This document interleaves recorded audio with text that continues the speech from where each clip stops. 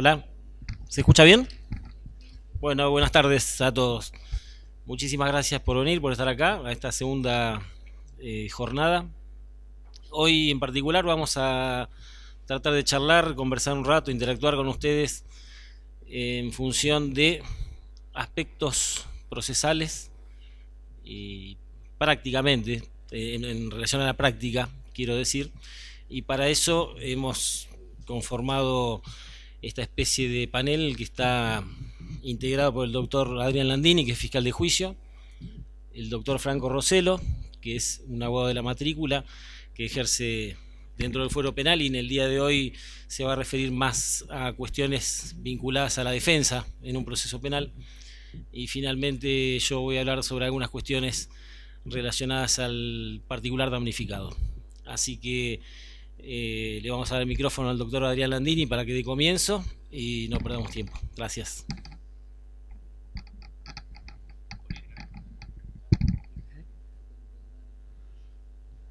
Bueno, buenas tardes a todos. Como dijo el doctor Fusco, yo soy fiscal de la OFIG número 6, ya desde hace años dedicado más exclusivamente a la parte de juicio. Y hoy más que nada queremos que sea algo práctico, que se saque dentro de lo que podamos nosotros responderles, se saquen dudas y más o menos exponer lo que es el día a día de un proceso penal.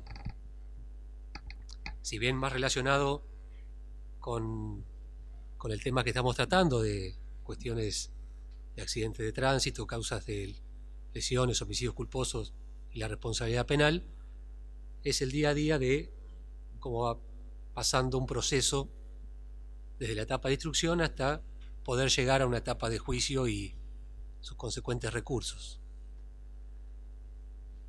Me dan la palabra primero a mí porque todos sabemos que el proceso empieza y el primero que toma intervención es el fiscal.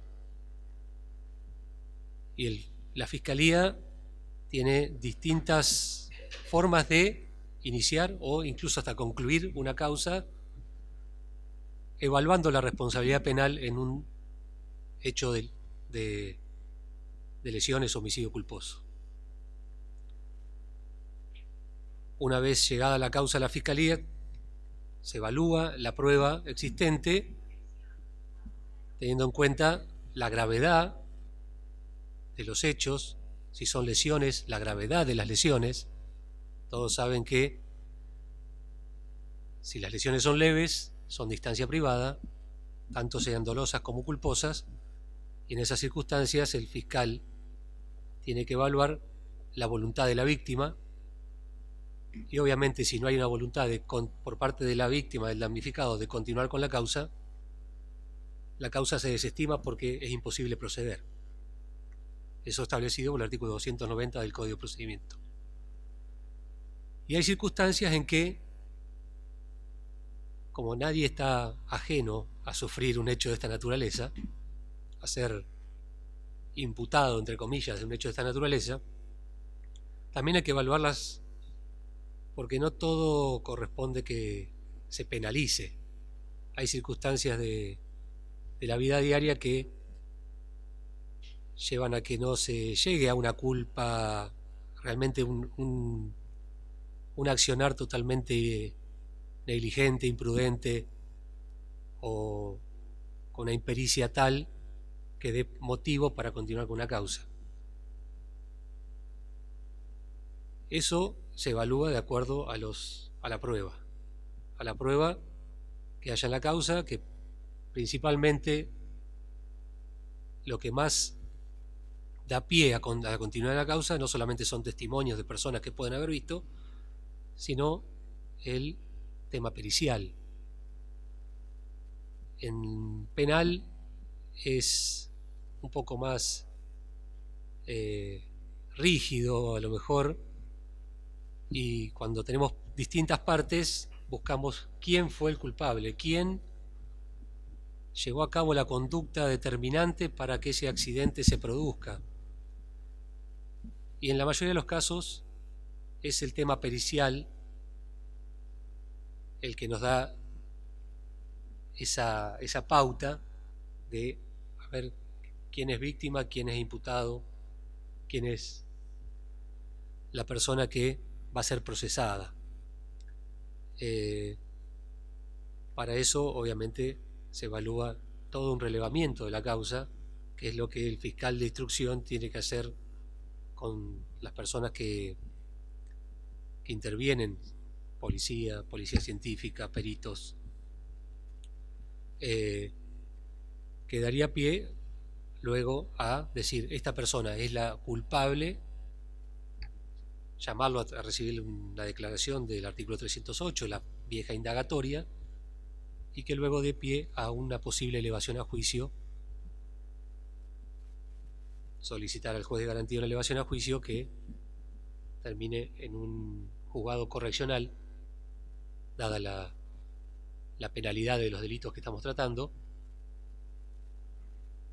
siempre que hablemos en culposo, y se llegue a la etapa en la cual yo ahora ya desde hace años intervengo. En ese proceder hay distintas partes, por eso hoy estamos acá tres partes, que hay una que siempre está, no como defensor particular, muchas veces como defensor, pero siempre está la defensa ante esa persona imputada de esa culpabilidad, porque siempre acá estamos hablando de culpa, no de dolo, obviamente, si no estaríamos hablando de otro delito. Pues en este caso, bueno, aunque sea particular, defensor particular, siempre está.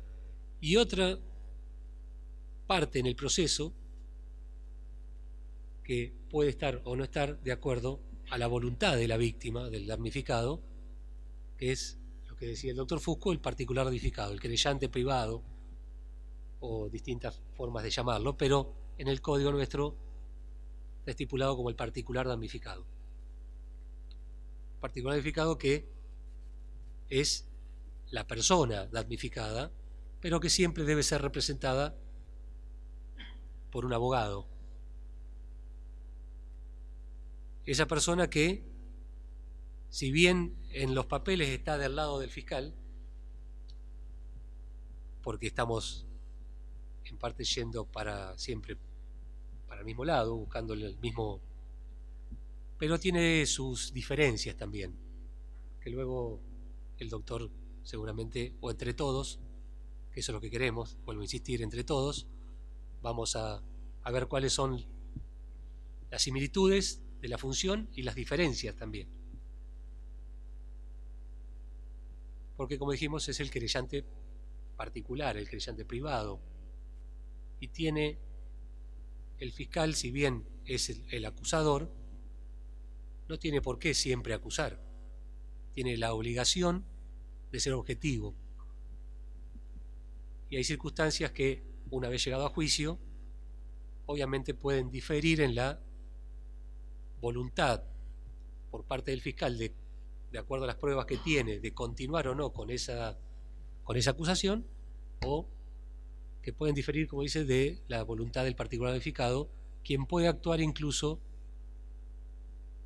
fuera de las facultades del fiscal, impulsando el proceso en forma privada y en forma individual, incluso recurriendo ante las resoluciones que pueda llevar a cabo el juez interviniente. Y también a lo que yo llamo algunas incongruencias o lagunas, creo, de la ley, por las cuales el fiscal incluso puede intervenir sin consultar al particular damnificado, sin que le importe en parte, aunque no es así, pero sin que le importe la opinión del mismo,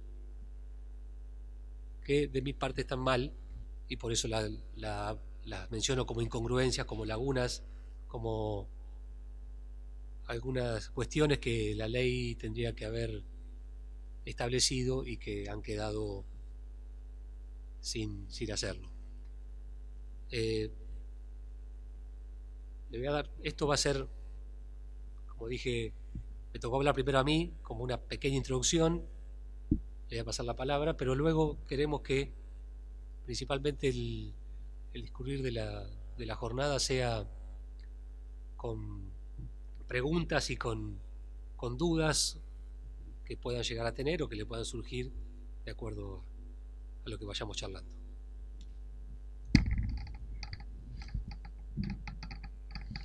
Bueno, buenas tardes a todos. Como dijo Ariel y Adrián, la idea es que sea eminentemente práctico, es decir, no venir a hablar de teoría ni de que es un proceso, sino dar un poco, en función de la experiencia que tenemos en los roles que hoy nos asignaron, un poco transmitir esas experiencias y hacer un intercambio con ustedes. Así que cualquier interrupción es bienvenida. Lo que voy a dar es un pequeño panorama de las cuestiones por ahí más prácticas procesales en relación a los accidentes de tránsito, que son la fuente, por lo menos el tema de convocatoria de hoy, ¿no? Creo que es importante resaltar que quizás desde el punto de vista del defensor de una persona imputada por un hecho negligente, ¿no? Por sea lesiones culposas o homicidio culposas, los diferentes ámbitos de responsabilidad, es decir, que por ahí aquí la relación con el proceso civil, que es un tema también de estas conferencias, es un poco quizás independiente, más allá de que una condena penal cierra la discusión en el ámbito civil. Lo cierto es que muchas veces la suerte del proceso penal del imputado no condiciona el proceso civil. O sea, es esa pequeña aclaración. Y yendo sí ya al proceso penal, creo que una de las cosas que tiene que tener en cuenta ante los defensores, que tenemos que tener en cuenta ante una consulta de una persona que se vio involucrada en un accidente de tránsito, muchos accidentes de tránsito, el rol o la calidad de imputado está claro desde un principio, ¿no? Una persona que conduce un automóvil y atropella a un peatón a mitad de cuadra, ahí no tiene con quién discutir su calidad de imputado. Pero no siempre es así. Sobre todo los accidentes en ruta o accidentes frontales, no está claro al inicio de la investigación quién es el imputado y quién es la víctima. Incluso lo verán los que ya están actuando, que muchas veces en la misma carátula de que hace la fiscalía aparecen varias personas como imputados y después resulta que se hace una especie de filtro, con el avance de la investigación se van determinando. Como defensores creo que es importante ver eso, evaluar eso, y si conviene tener una actitud activa desde un comienzo o no, o una actitud más expectante de ver cómo se va desarrollando la investigación y hacia dónde va apuntando la fiscalía y, en el caso que corresponda, el particular damnificado, es decir, cómo se va marcando esa línea, porque quizás por ahí anticiparse demasiado y presentarse inmediatamente y tener un rol activo en una situación de duda se puede interpretar por parte de la fiscalía como una especie, si me permite el término, de cola de paja, ¿no? Decir, ya me anticipo. Así que muchas veces creo que como defensores tenemos que estar atentos a eso, a ver cómo va avanzando. Cuando está claro, desde ya que la intervención del abogado creo que es importante desde un comienzo, sobre todo desde un comienzo para lo que es la actividad de contralor, ¿no? Sobre todo de las primeras medidas que se toman, las declaraciones testimoniales, por ahí, si son testigos presenciales, tratar de estar presente, de controlar eso. Y algo habló acá el doctor Andini, Adrián, la cuestión de las pericias, ¿no? Muchos de estos hechos se definen con las pericias que hacen, o a veces personal policial, y en algunos casos ingenieros o peritos mecánicos. Acá en este momento Mercedes hace tiempo que no hay perito oficial mecánico, con lo cual muchas de estas causas concluyen con el informe que hace un policía, que es técnico en accidentología, y quizá en causas un poco más graves se va a otro departamento judicial para que dictamine, ¿no? El tema de la pericia es harto importante, controlarlo y en algunos casos intervenir, es decir, tener un rol más activo. Yo aquí lo que les puedo aconsejar que hay que tener presente, más allá de que los plazos en el proceso penal quizás son un poco más, entre comillas, flexibles que lo que es un proceso civil, lo cierto es que el código determina algunos plazos. En el caso de las pericias, una vez notificado, el plazo que establece el código son 3 días para proponer perito de parte. Entonces, si la idea de uno es intervenir en la pericia que haga el perito oficial o la pericia que dispuso el Ministerio Público, es importante hacer la propuesta del perito dentro de esos tercer días. Más allá de que las pericias, por lo menos en mi experiencia, el Ministerio Público es flexible en esos plazos, justamente por ese deber de objetividad que tiene que seguir, no es tan estricto, pero es conveniente a veces evitar por ahí que genere alguna discusión, alguna incidencia, el tema de los plazos, porque bueno, el código en el artículo 247 es muy claro que dice, dentro de los 3 días de notificar a las partes.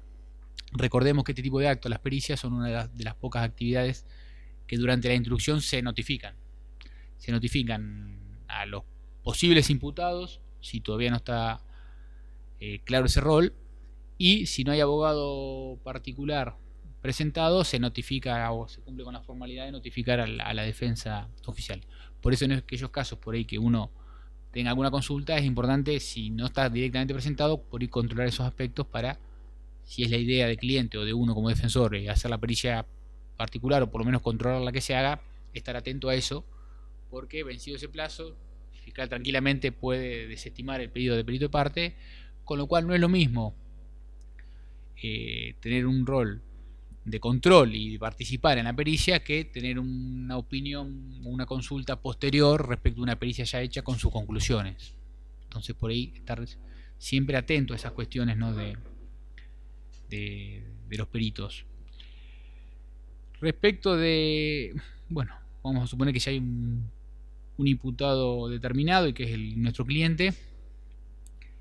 Este tipo de causas, salvo el caso de los homicidios culposos, que creo que hay una instrucción precisa por ahí de no someterlos a mediación, o esta cuestión puede ser una buena opción para la defensa por ahí, sobre todo si hay compañías seguras y si las lesiones no son muy graves. A veces se pueden llegar a salidas alternativas, ¿no? Dentro de la mediación o de distintas formas. Un segundo nada más. Sí, efectivamente, bueno, ya como salidas alternativas a llegar a un juicio oral, hasta hace un tiempo, y esto estoy hablando de lo que pasa acá en Mercedes, a raíz de fallos de los tribunales superiores, como tienen penas que llevan inherentes o agregadas una pena de inhabilitación, por ejemplo, no se concede la suspensión del juicio a prueba. Hasta hace un tiempo se podía, ahora hay fallos de corte y eso lo ha receptado la Procuración y la Fiscalía General, y los fiscales no estamos en condiciones de dar la conformidad para que se lleve a cabo una suspensión de juicio a prueba en casos de delitos culposos, por la pena de inhabilitación, no porque la pena en sí de prisión no lo permita, pero sí por la pena de inhabilitación que conlleva cada uno de estos delitos en caso de ser condenado. Pero sí, en la primera etapa, cuando son causas de lesiones culposas, que directamente el damnificado está en condiciones de manifestar si quiere o no llegar a una solución, que puede ser por intermedio de una mediación, no como suspensión de juicio a prueba, pero sí una mediación, entonces, donde ya se trata con la persona misma damnificada una reparación del daño que ha sufrido. Es en esos casos en los que se puede llegar a una salida anterior a que continúe la causa a juicio. Hay disposiciones, efectivamente, en los casos de homicidios culposos, y hay política criminal y resoluciones también del superior nuestro, en mi caso de la Fiscalía, de no hacerlo en los casos de homicidio culposo, porque justamente no es directamente la persona damnificada la que está dando el ok para llegar a esa mediación, y en derecho penal no estamos, generalmente cuando hay un arreglo de esta naturaleza, una solución de esta naturaleza, estamos hablando de cuestiones económicas, y el derecho penal en principio no trata las cuestiones económicas. Entonces hay política criminal y resoluciones del superior que nos impiden llegar a una solución anticipada, como mediación. Muchas veces nosotros utilizamos, habrán sentido, la ORAC, que es el organismo dependiente de la Fiscalía para llegar a soluciones alternativas, acuerdos entre las partes, generalmente se hacen por intermedio de la misma. Pero bueno, no se está llevando a cabo en delitos de homicidio culposo. Sí se puede llegar a cabo en lesiones. Sí, doctor. Y esto sí, para los que intervengan, siempre que estén actuando en una causa de esta naturaleza y como defensores propugnen una salida de esta naturaleza, les aconsejo hacerlo en la etapa de instrucción. También hay resoluciones de Fiscalía General en cuanto a que una vez tiene que ser una salida temprana, por lo cual no se está llevando a cabo, se deniega si es solicitada ya en la etapa de juicio. Una vez pasado a la etapa de juicio, las salidas son un juicio oral y público o un juicio abreviado. Por eso, para el que esté interviniendo y quiera plantear una cuestión de esta naturaleza, el consejo es hacerlo en la etapa de instrucción. E incluso hasta se puede hacer, no es necesario de que se le haya recibido la declaración del artículo 308, porque esto no significa, ese acuerdo no significa que uno esté reconociendo una imputación. Es solamente una salida temprana para evitar que continúe el proceso penal. No, por eso yo la mencioné, por ahí la idea de esta charla quizás es dividir un poco las etapas del proceso. Yo estoy hablando ahora en la instrucción, por eso lo mencioné, que en los delitos culposos, por lo que ya dijo Adrián, el tema de la suspensión del juicio a prueba, que últimamente ya está cerrado, entonces el único camino como defensores por ahí es el tema de plantear la conciliación, o la mediación penal o la conciliación, porque también, es decir, como rige en esto, no sé, es muy formal, también se pueden, a veces con negociaciones directas entre víctima y victimario, es decir, en ese aspecto la fiscalía en general es flexible, siempre que sea un acuerdo razonable. Y digo acuerdo porque, como también mencionó Adrián, muchas veces el interés de la víctima, sobre todo en lesiones, económico en general, entonces a veces con acuerdos económicos o a veces con pedidos de perdón de parte de si por eso no es un hecho muy grave, de parte del imputado, a veces uno consigue que cerrar la investigación sin llegar inclusive a veces sin llegar al artículo de la declaración indagatoria, ¿no? o del 308. Es una salida interesante en este tipo de procesos. Vuelvo a repetir, lesiones, porque me constan que en homicidios y por el dato objetivo de que la víctima no está más, no se realiza, ¿no? Entonces eso es un buen aspecto a veces a tener en cuenta en causas de no mucha gravedad. Otro tema que hay que analizar como defensores muchas veces en los procesos de lesiones culposas por accidentes de tránsito es la cuestión de la relación de causalidad, ¿no? Muchas veces las lesiones que en definitiva tiene la víctima a veces no se originan exclusivamente en el accionar de la persona, ¿no? que maneja una moto, un auto o lo que fuera, un camión. No es la mayoría de los sucesos, pero hay casos que hay que atender a esa relación de causalidad porque no digo que sea común, pero hay casos de homicidios culposos que termina siendo, digamos, acusado el imputado de lesiones culposas porque se descubre en ese análisis de relación de causalidad que falleció por una mala praxis médica y no necesariamente por las lesiones ocasionadas en el accidente. Entonces, como defensores tenemos que estar atentos, más allá de que a veces es con la consulta con algún médico, de la historia clínica, es decir, todas esas cuestiones, porque no es lo mismo defenderse de una acusación de lesiones culposas que de homicidio culposo. Más allá de que en general es difícil o uno no se presenta la posibilidad de que reciba una pena privativa de la libertad una persona acusada de un hecho culposo, sea homicidio, sea lesiones, lo cierto es que para el caso de homicidio sí, actualmente con la ley actual, con la penalidad actual, se puede dar el caso de que aún, aunque se lo condene por homicidio culposo, sea una pena de efectivo cumplimiento, más allá de que es raro. Pero entonces, frente a ese panorama, hubo justamente la semana pasada en el Tribunal Criminal número 4, si bien era una causa que un accidente no es mío, o sea que lo digo lo que sé sin poder dar muchas precisiones. Lo que sí sé era que era un accidente de tránsito, pero que la persona venía imputada por homicidio simple con dolo eventual.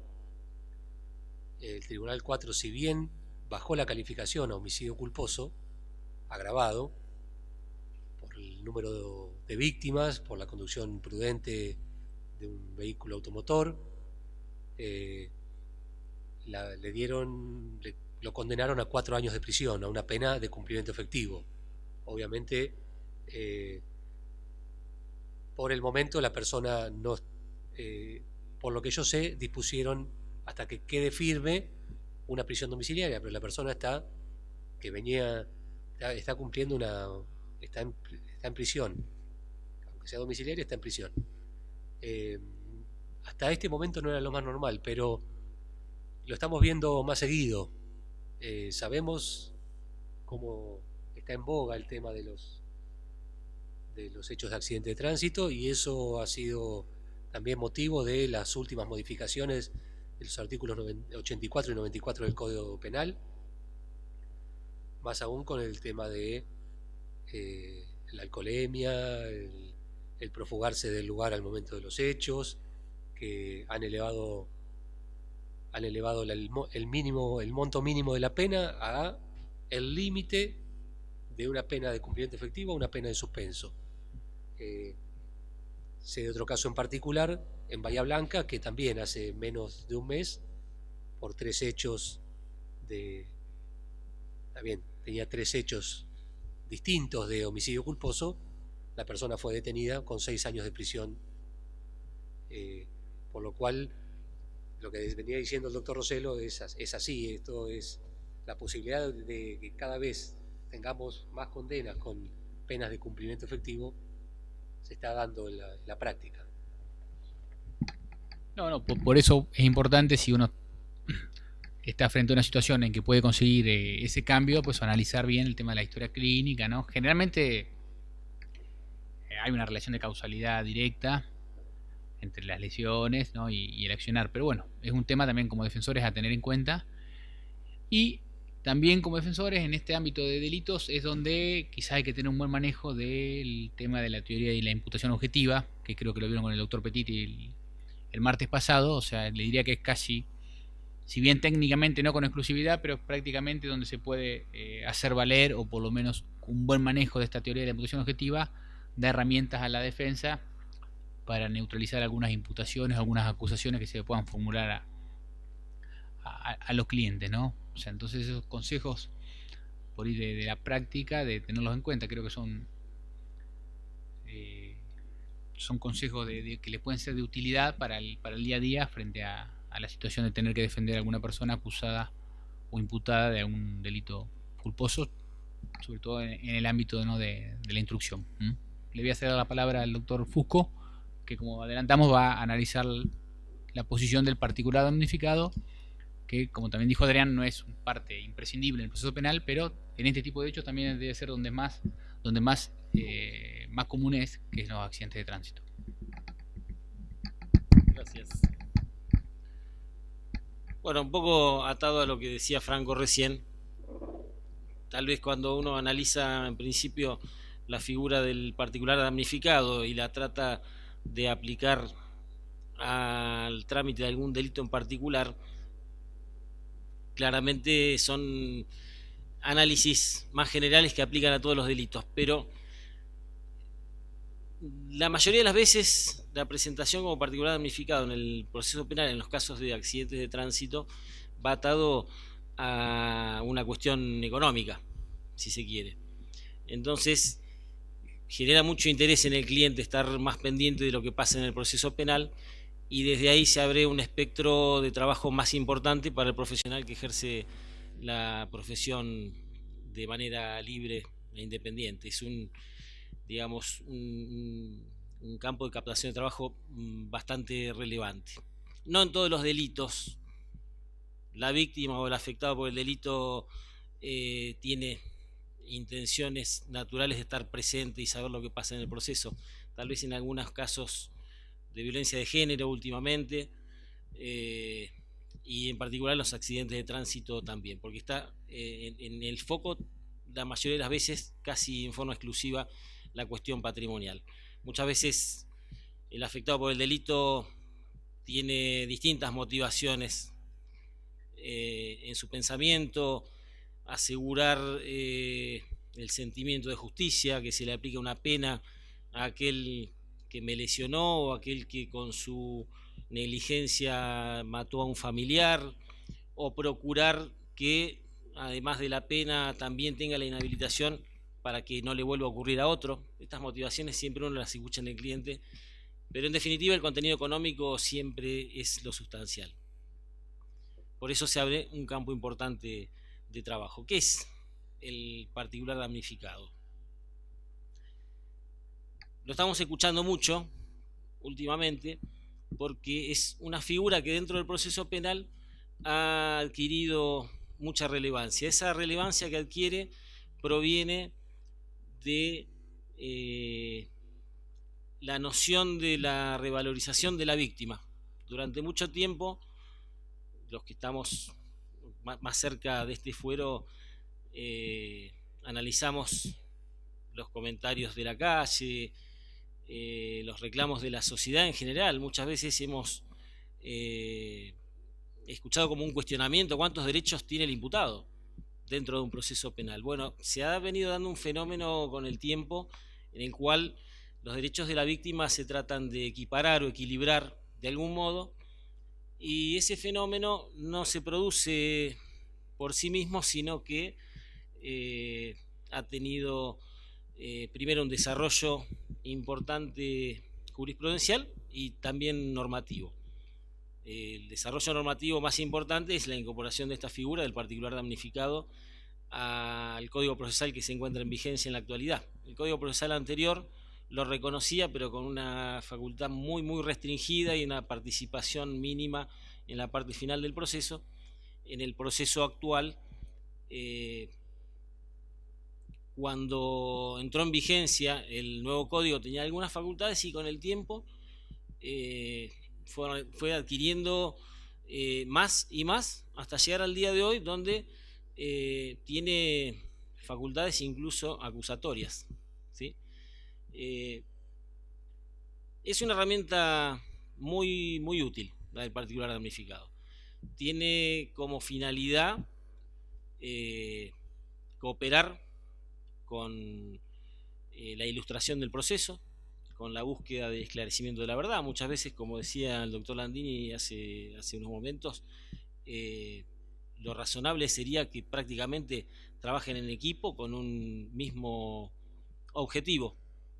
Pero aparte, el particular damnificado está presente muchas veces desde la visión del cliente para supervisar el desarrollo de la acción penal por parte del fiscal, y en su caso, hipótesis de cierta inacción o que las cosas no caminan como uno pretende, incluso impulsar directamente el proceso y hasta, como dije recién, llegar a la acusación.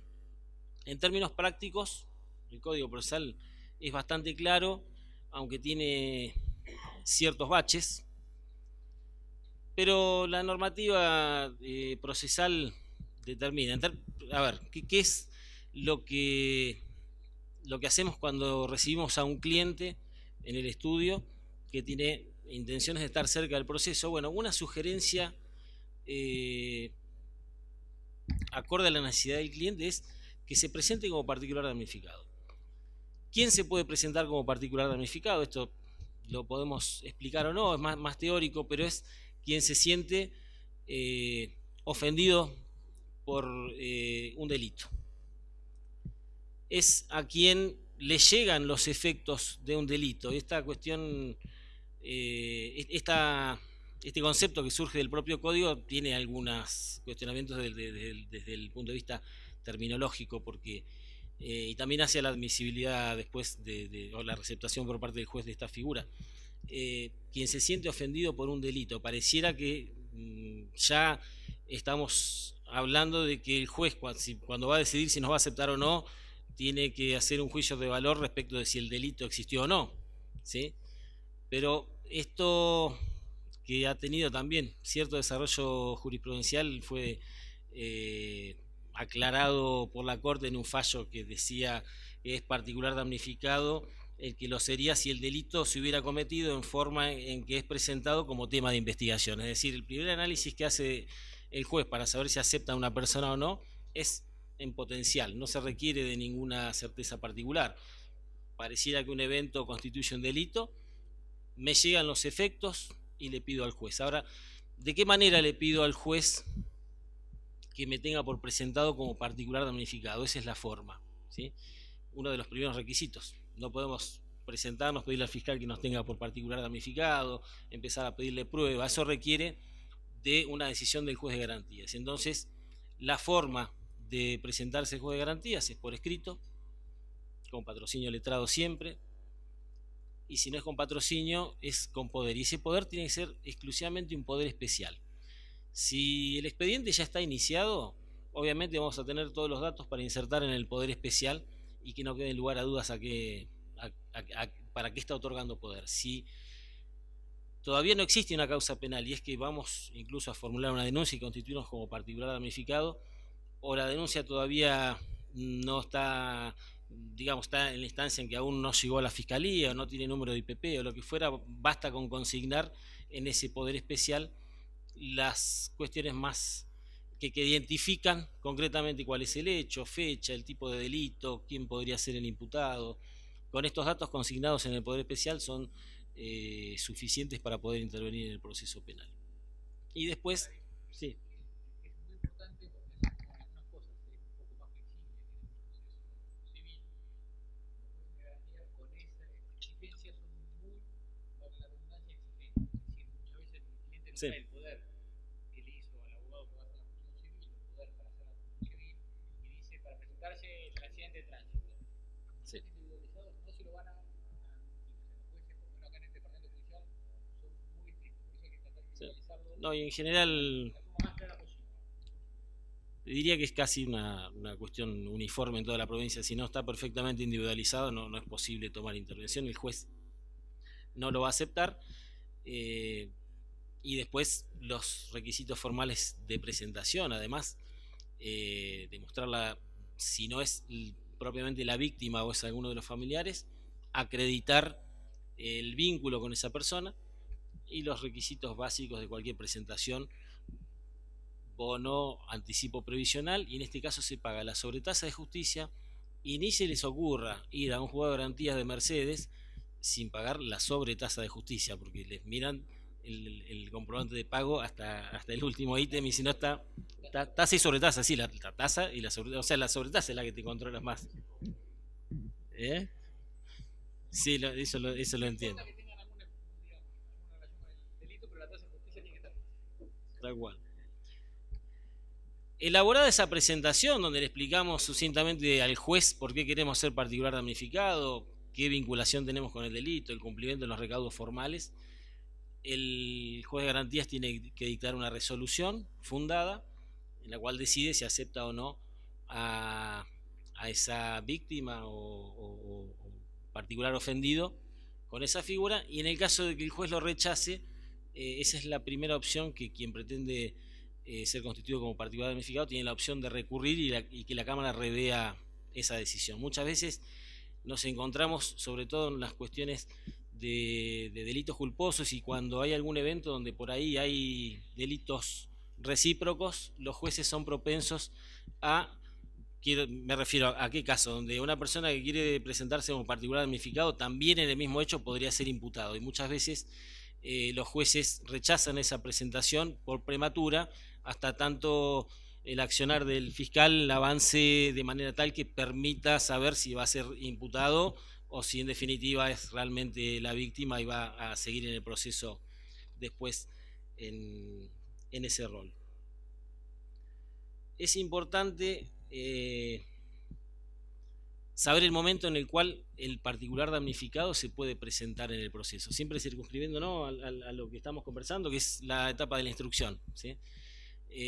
La etapa del juicio oral para el particular damnificado es un poquito, es distinta, con menos pasos procesales, si se quiere, pero es importante saber hasta cuándo uno se puede presentar como particular damnificado, o también muchas veces no solo parte del asesoramiento inicial, sino también tiene mucho que ver con en qué momento al cliente se le despierta el interés de venir a presentarse en el proceso como particular damnificado.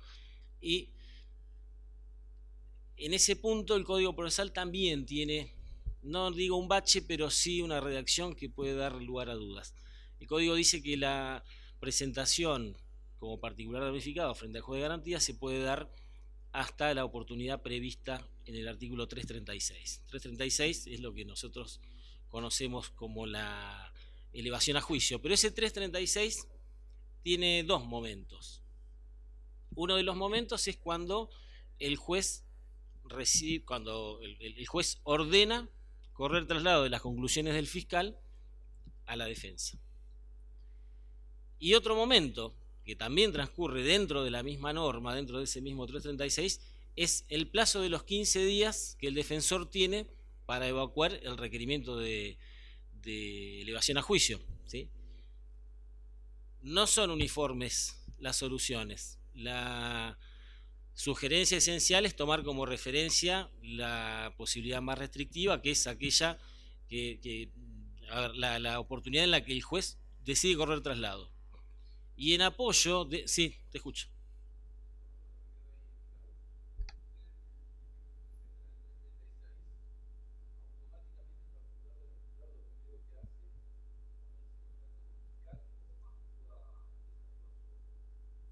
No, actúa solo, actúa de manera independiente, se presenta de manera espontánea y su actividad, a partir de que el juez lo asimiló al proceso como particular damnificado, es en todo lo que tenga que ver de esa presentación en adelante. La presentación de particular damnificado, si hay una cosa que tiene, es que no puede retrotraer la causa a instancias anteriores en las que no participó. Es decir, no puede venir el particular damnificado a pretender revisar o participar de la revisión de pruebas, o pretender reeditar pruebas que se hicieron con anterioridad, ¿sí? La presentación siempre es de ahí en adelante, y en definitiva, esa tarea en equipo a la que yo me refería con el fiscal tiene que ver más con acercarse, dialogar con el fiscal, que es quien ejerce la acción pública, tratar de fijar un objetivo común, fijar estrategias de investigación comunes, que puede ser es lo más saludable para poder esclarecer qué es lo que ocurrió. Pero la tarea del particular damnificado es absolutamente independiente, no va atada a la actuación del fiscal. Como les decía recién, desde mi punto de vista, el momento propicio para presentarse, evitar... el particular damnificado se presenta para contribuir al esclarecimiento de un hecho. Si su intervención supone entrar en una discusión con el juez de garantías acerca de si estuvo presentado en término, si se lo rechazan, apelar, ir a la cámara, digamos, todo lo que sea una dilación en el proceso atenta contra los intereses del cliente, porque el cliente lo que quiere es que la cuestión se termine rápido. Así que para evitar, uno no puede estar sabiendo cuál va a ser el criterio del juez en cada caso. A lo mejor en Mercedes sí sabemos cuáles son los criterios de los jueces, pero si nos toca trabajar en otro lado, mi consejo es, antes de que el juez ordene el traslado de la requisitoria de elevación a juicio al defensor. Ese, desde mi punto de vista, me parece que es el más adecuado. ¿Seguimos? ¿Break?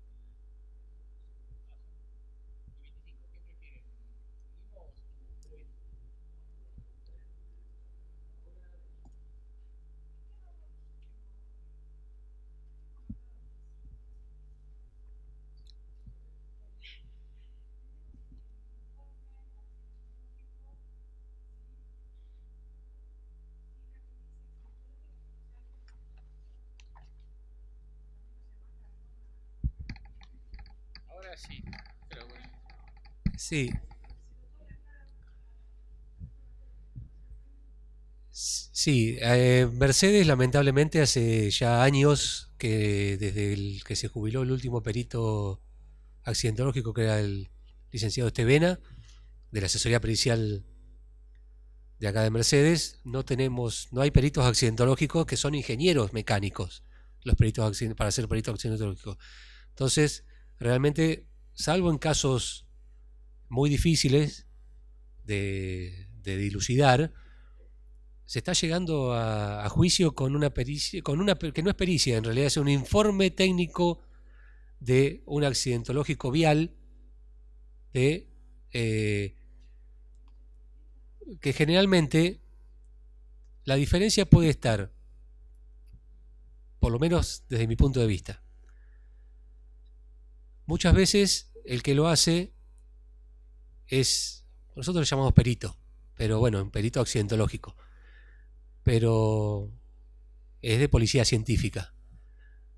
Desde mi punto de vista no es lo mismo llegar a un juicio con un informe e incluso la presencia en el juicio, si esa misma persona que hizo el informe es la persona que relevó en el momento de los hechos el lugar, que estuvo en el lugar, que vio los autos, que vio o los vehículos, que vio la huella de frenada que pudo haber dejado, los restregones de algún, por un vuelco, por lo que sea, que no se da en todos los casos. Lamentablemente no se puede dar en todos los casos y muchas veces llegamos con un informe realizado por un perito de policía que lo hace con las constancias que ve en la causa de un croquis que muchas veces no es a mano alzada, la gran mayoría, no es una planimetría, con fotografías que en la mayoría de los casos lamentablemente no son de la mejor calidad. Ahora la sacan con un teléfono y o son en blanco y negro, o si son de noche no se puede ver realmente bien lo que pasó.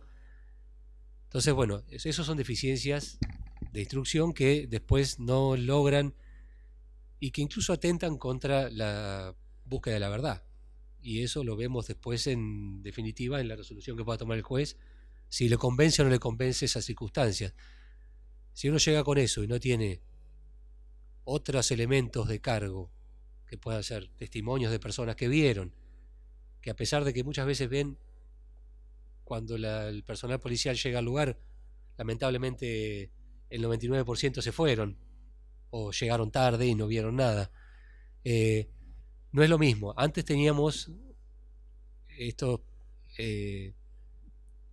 peritos que por ahí tenían una preparación un poco mayor, porque no digo que el personal policial no lo haga bien, al contrario, muchas veces trabajan, en una gran mayoría trabajan bien, pero no tienen los medios necesarios para tampoco hacerlo. Muchas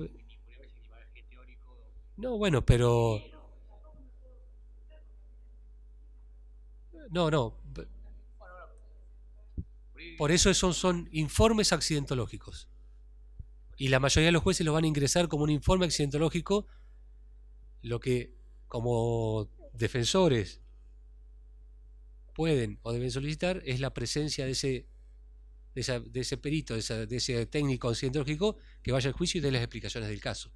A ver cómo hizo, en base a qué hizo los peritajes. Por eso digo, no es lo mismo una persona que estuvo en el lugar y que dice, no, yo lo hice porque yo vi lo que estaba ahí, que una persona que lo hace con una foto que a lo mejor no se ve, o con un croquis, de que así tengamos la mejor buena voluntad, no está hecho con las medidas exactas, o con fotografías que avalen esa circunstancia.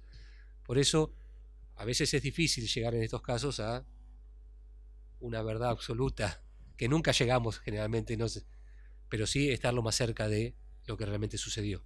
Hay casos que son muy claros y contundentes, pero hay casos que no, y ahí es donde podemos llegar a la circunstancia de que el juez realmente tenga dudas, y todos sabemos que ante la duda el juez tiene la obligación de absolver.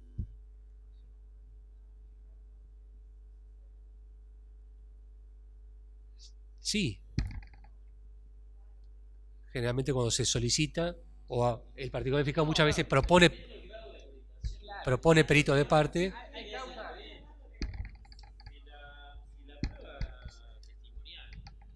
Resulta suficiente para determinar la mecánica del hecho, muchas veces insistir con la accidentológica a veces te puede salir en contrario con beneficio del imputado. caso de la llegada a la encrucijada, si no está determinado, todos sabemos que, bueno, los delitos, los accidentes de tránsito tienen relación directa con el código de tránsito, con las normas de conducir, de cómo conducir, de lo que yo tengo que hacer, pero también lo que tengo que esperar que el otro haga. También de eso se debe. Yo puedo hacer lo mejor del mundo, ir con viendo todas las normas del código de tránsito, y voy por la derecha y viene uno y me pega a 80 kilómetros por hora en una calle en la que se puede ir a 40 y me pega en el medio. Ahí no hay ningún tipo de duda en quién tuvo la culpa. Pero hay circunstancias en que, si bien en principio la prioridad de paso es absoluta, hay circunstancias en que eso no es tan absoluto, porque yo no puedo andar por una calle de acá de Mercedes a 120 kilómetros por hora. Yo puedo tener la mejor voluntad de querer llegar a la encrucijada y frenar, pero si el otro, aunque tenga la prioridad de paso, viene a una velocidad totalmente excesiva y incumpliendo todas las normas, no hago nada con la prioridad de paso solo.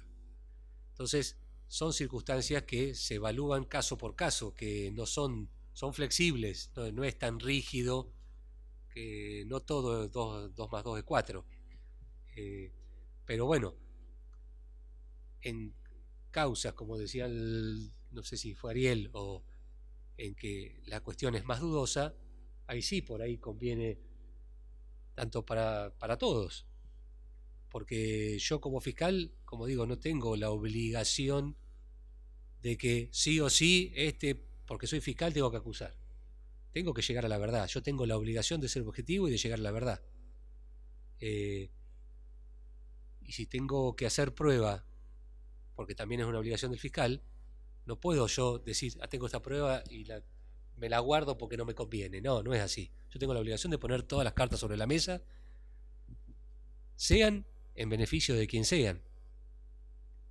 La objetividad es no poder ocultar prueba. Entonces yo tengo que buscar con una pericia, con los testimonios, con lo que sea, de llegar a la verdad de lo que sucedió. Por eso es función también del fiscal, en un juicio, ya estamos yendo un poco, pero solamente lo hago con mención, si la prueba me dice que esa persona no es, está el artículo 368 infine, que me obliga a mí, en el deber de objetividad que tengo, de desistir de la acusación. En esas circunstancias, por eso decía, el particular edificado puede estar en desacuerdo. Un poco respondiendo, creo que a la pregunta inicial del tema de la valoración, por supuesto que a lo mejor, digamos, para un juez, pero eso quizás más para la etapa de juicio, o en instrucción, como rige la informalidad, es decir, como defensor, no sé si es el momento oportuno para cuestionar si es informe, si es pericia. Sí, es cierto que a los fines probatorios, por ir a una etapa de juicio, el valor probatorio que se le puede dar justamente por la formación, salvo algunos casos excepcionales, pero en general por ahí un juez va a atender más a un dictamen de un ingeniero hecho con la formalidad de pericia que a un informe accidentológico, pero es caso por caso, es decir, hay casos que a lo mejor ameritan realizarla y otros que no. O sea, por el solo hecho de ser informe no lo descartan, ni mucho menos, y la mayoría, como dijo el doctor Landini, la mayoría de las causas llegan con el informe hoy en día, salvo algunas puntuales. Se le da el valor, no porque sea un técnico que es policía va a ser malo, al contrario. Pero a veces se le da el valor prácticamente de pericia, pero tiene que estar avalado por las circunstancias de cómo llegó a esos resultados. Obviamente que acá hay muchos casos en que no hay testigos. Llegamos a un juicio sin testigos. Por ejemplo, homicidio culposo. Tengo 2 vehículos, conductor de un vehículo y conductor de otro. No tengo acompañante, no tengo personas que hayan visto. Ahí la prueba pericial es todo. Es todo. La prueba pericial se basa en si hay huellas de frenada, en la cantidad y calidad de los daños que tuvieron los vehículos, porque muchas veces la velocidad de un vehículo los peritos lo sacan justamente por los daños que tuvieron ambos vehículos, y ahí pueden determinar las huellas de frenada, si hubo frenada, si no hubo frenada, la distancia del frenado. También es importante, por eso al principio, cuando un buen relevamiento, un buen informe mecánico de los vehículos, no solamente fotografías que avalen los daños, sino un buen informe mecánico.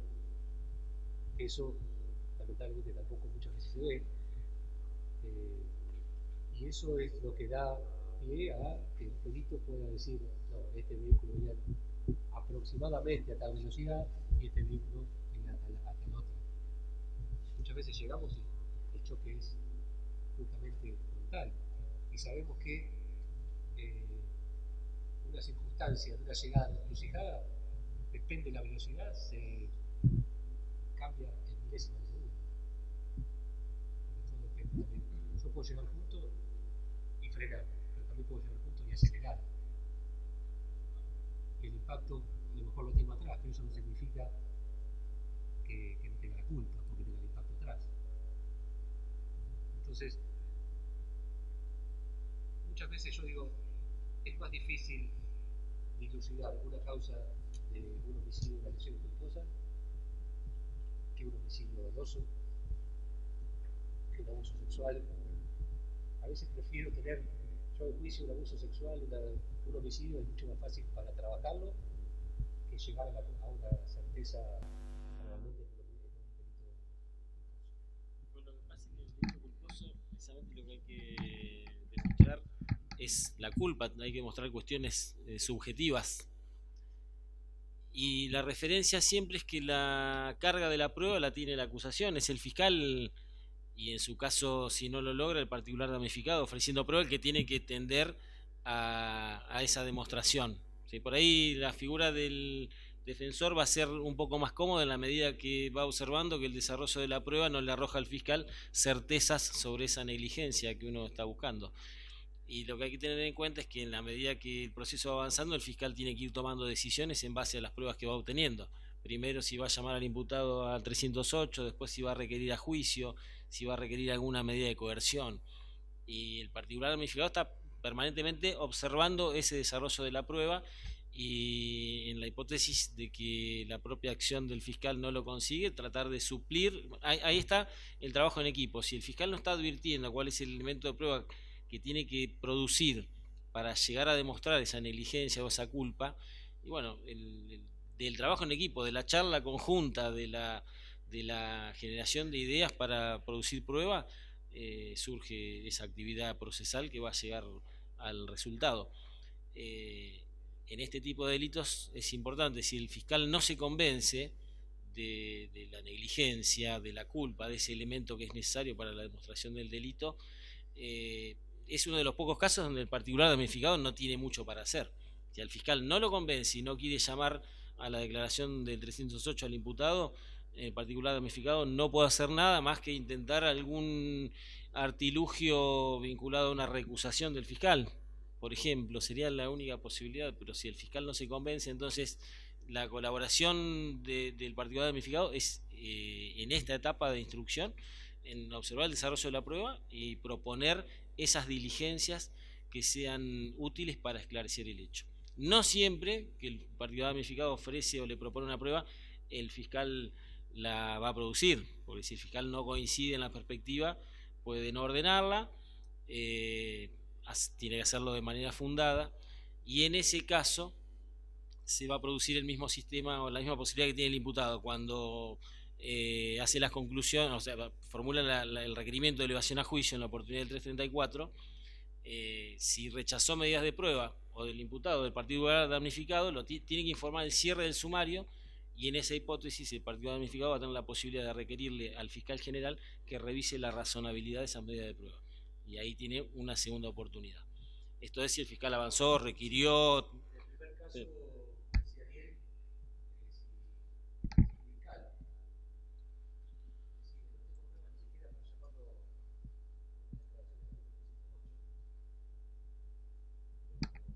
lo más lógico y lo que habitualmente pasa es que el fiscal archive la causa en los términos del artículo 268 del Código de Procedimiento Penal.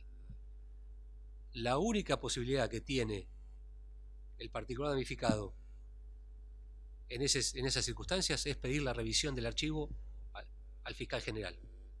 No hay un recurso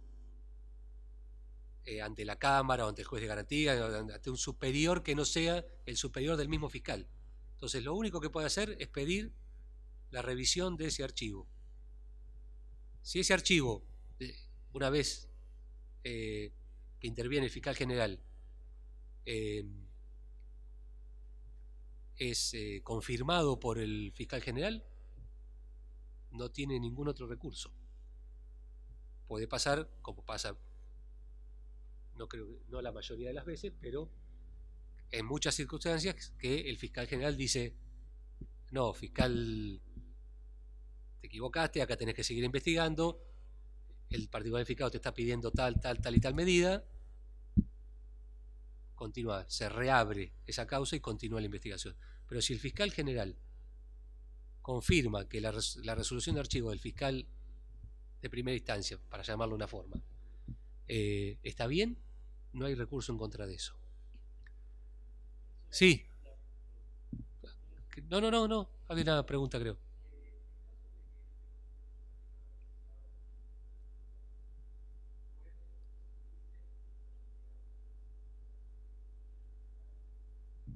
La obligación del fiscal ante un archivo es, aunque no esté constituido como particular verificado, es notificar a la víctima, aunque no esté constituida como particular verificado.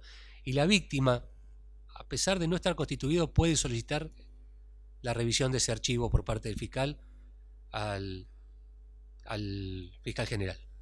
No es necesario que esté como particular verificado. A veces los archivos son condicionados, es decir, un criterio expectante, que uno, es decir, puede conseguir el desarchivo por la vía de aportar nuevos elementos. Justamente ahí, particular damnificado, por ahí el fiscal dice: bueno, se me agotaron los medios con lo que yo cuento, no logro elementos para proseguir con la acción. Pero por ahí particular damnificado por la cercanía con las personas que fueron protagonistas del delito que se está investigando, a veces trae elementos nuevos. O sea, pues el archivo no es ofrecimiento, eso atento los defensores, que no, digamos, el archivo no es ganar la victoria final. El inciso del artículo por el cual se puede pedir la revisión del archivo. Es decir, pues generalmente los archivos son por eso, salvo cuando son investigaciones muy largas que están prácticamente finiquitadas y bueno, y no hay delito, pero en general son un criterio expectante el que adoptan. El archivo, esto fue una modificación. Antes el archivo podía estar años y la causa seguía abierta. Bueno, después se reguló y se impuso en el artículo 323, que es el artículo que trata el sobreseimiento, que pasado, depende el monto de pena del delito, depende de la gravedad del delito, pasado en el artículo séptimo del 323 del Código de Procedimiento Penal, pasado un año en delitos de poca cuantía y correccionales, un año y en los 3 años en los criminales, sí. Y muchas veces esto, bueno, lo hace el defensor. El defensor tiene que estar atento a eso como defensor, de solicitar al juez de garantías el sobreseimiento por el paso del tiempo del archivo. Porque eso tiene que ser por pedido de parte. Porque si no, queda el archivo abierto y con el sobreseimiento que aparezcan nuevas pruebas. El sobreseimiento cierra definitivamente, es un cierre definitivo de la causa. No se puede, eso ya no se puede revisar.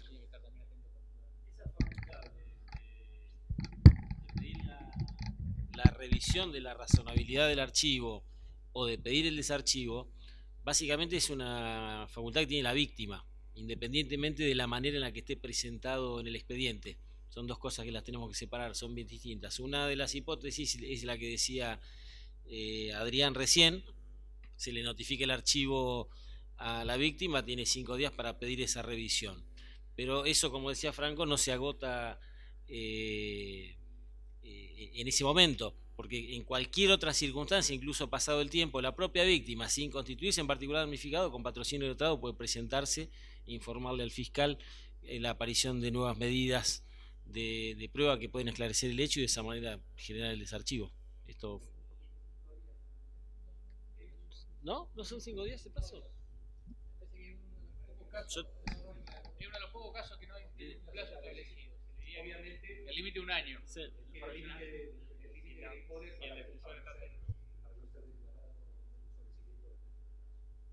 mala experiencia indica que cuanto más sea. Sí tiene lo que sí tiene plazo, la corrupción es el plazo para realizar la declaratoria de prueba. Ah, claro, sí, es verdad, es cierto. 5 días son 10 días.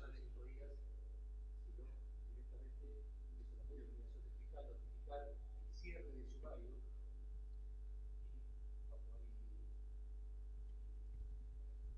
está diciendo no voy a hacer más pruebas con lo que tengo que alcanza para elevar la causa juicio para pedir la elevación. Eso sí, la víctima o el defensor mismo también, porque puede haber prueba pedida por el defensor de descargo, que el fiscal consideró que no era necesaria en la etapa de instrucción hacerlo, y ahí sí tiene 5 días para pedir la revisión de esa denegatoria de prueba por parte del fiscal.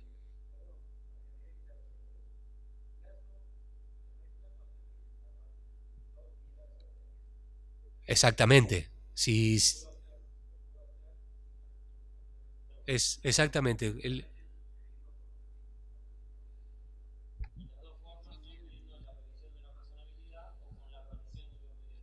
sí, incluso la víctima puede presentarse directamente hasta sin patrocinio en Fiscalía General y pedir la revisión.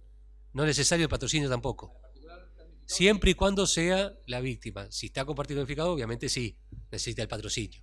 Pero la víctima es una facultad de la víctima, esté o no esté con patrocinio letrado. De todas formas, es un planteo bastante técnico que la experiencia indica que tiene que estar abogado. No es simplemente desarchivame la causa. Bueno, obviamente, si es un caso de homicidio que la víctima directa no es fallecida, obviamente que el familiar directo, padres, cónyuge, puede ejercer ese rol, porque es la persona justamente ofendida por el delito. Acreditado el vínculo, obviamente, puede presentarse como ofendido a pedir ese desarchivo o a pedir que se lleve a cabo la prueba pertinente. Sí, yo como pariente me tendría como particular unificado, me parece. Porque el código habla de víctimas. Perdón. En los homicidios culposos, yo defensor lo cuestiono. Antes de cortar y atado a un tema que me había quedado pendiente respecto de la oportunidad de presentarse como particular damnificado, el código es claro en líneas generales, con esa salvedad de que no indica bien cuál es el momento para presentarse como particular damnificado. Pero justo ayer estábamos conversando un poco respecto del tema y observábamos que hay algunas oportunidades en las que algunos tribunales han aceptado la constitución de particular damnificado aún en la segunda etapa, ya la causa elevada a juicio. Y entonces me puse a buscar un material que a lo mejor les puede resultar de utilidad y encontré un fallo de casación en el que se admitió la presentación como particular damnificado en la etapa de debate oral, bajo la consigna de que esa presentación no implicaba la afectación de ninguno de los derechos del imputado y de su defensa, de manera que si en algún momento se da la oportunidad de que un cliente nos viene a consultar sobre la presentación como particular damnificado y la causa ya está en esa segunda etapa, bueno, es un buen momento para poner en práctica esta idea que está muy bien fundada, es de la sala cuarta del Tribunal de Casación de la Provincia de Buenos Aires, y se los dejo por acá para que luego lo puedan circularizar. Hay uno un poco más amplio, más reciente, de la Cámara de San Francisco. Este caso es muy particular. Este venía de Mar del Plata.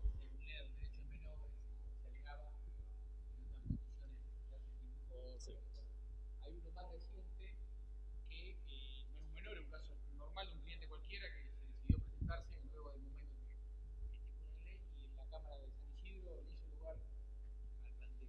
Lo tuvo justamente con esa aclaración, diciendo que no se puede recontraer el proceso. Exacto. No había afectación al imputado, con lo cual toma el proceso en el estado que está, diciendo de que bueno, que digamos, ese límite del legislador no tenía mucha razonabilidad, mucho sentido de ser en el inter del proceso, ¿no? Ya digo, es de este año, creo. Se publicó en la página de la Corte de Internet. Hacemos el break así. Sí, salvo que haya alguna pregunta ahora que quieran antes del break, si no hacemos unos minutitos para tomar un café y seguimos.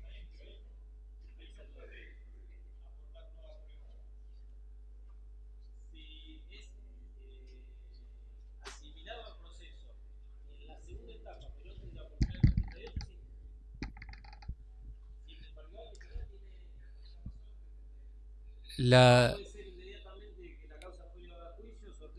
última oportunidad para ofrecer prueba es no en el escrito presentado, sino cuando se hace la audiencia. Entonces, justamente lo hablábamos con Ariel y con Franco. Si bien el código, este fue un caso en particular y hasta ahora creo que único, el código establece el plazo del artículo 336, que es la vista del pedido de requisitoria de elevación a juicio por parte del fiscal. Desde mi punto de vista creo que puede hacerse hasta que se presenta el escrito, porque nada, en realidad el código no dice, pero que podría ser realmente ampliado hasta el momento de la oportunidad del 338, ya en la etapa de juicio. Obviamente no se puede retrotraer y cuestionar nada de lo que se hizo anteriormente, pero sí, como particular verificado, ofrecer prueba hasta la audiencia del 338, no el escrito presentado, porque con esto, después de esto vamos al break muy cortito. Una vez en la etapa de juicio, el juzgado lo que hace es darle entrada a la causa, citación a juicio a las partes, 10 días a cada una de las partes, si hay particular verificado, también tanto primero el fiscal, después particular verificado, después el defensor, siempre último el defensor, tiene la última palabra, y tiene conocimiento de lo que ya la parte acusadora ofreció. Y después, ahí, una vez presentado en forma escrita lo que cada uno quiere valerse, la prueba que cada uno va a valerse para el hipotético juicio oral, tiene que fijar una fecha de audiencia, una audiencia, para que las partes oralmente ratifiquen o no ratifiquen o agreguen prueba, y esa es la última oportunidad. Yo creo que no habría ningún impedimento, no está en el código, salvo esto, y sí, en la audiencia del 338 yo puedo ampliar, pero hasta ahí. Hasta la audiencia del 338. La audiencia ante el juez del 338, hasta ahí yo puedo ofrecer la prueba. Ordinario, digamos. Después, bueno, hay alguna válvula de escape, pero son temas puntuales. Después son, generalmente acá, si es luego de esa oportunidad, cualquier tribunal, cualquier juzgado va a decir que la prueba ofrecida luego de ese plazo se va a tener en cuenta para el momento del juicio, en el caso de que en los términos del artículo 363 surja como prueba conducente porque surge de algún testimonio, de alguna pericia que sea necesario una nueva prueba. Si no, la prueba que no se ofreció hasta el 338 no, en principio no puede ofrecerse, no puede tenerse en cuenta, salvo que surja en el debate. Pero por eso yo, de mi parte, si bien el código no lo establece, yo creo que no habría impedimento para que se tenga un particular como la figura particular verificado hasta ese momento, hasta el momento del 338. No, eso fue un caso en particular que todavía hay que ver si los órganos superiores lo avalan. En principio no es lo habitual, es hasta el momento del 336. Si no, después tiene vedada la posibilidad de presentarse.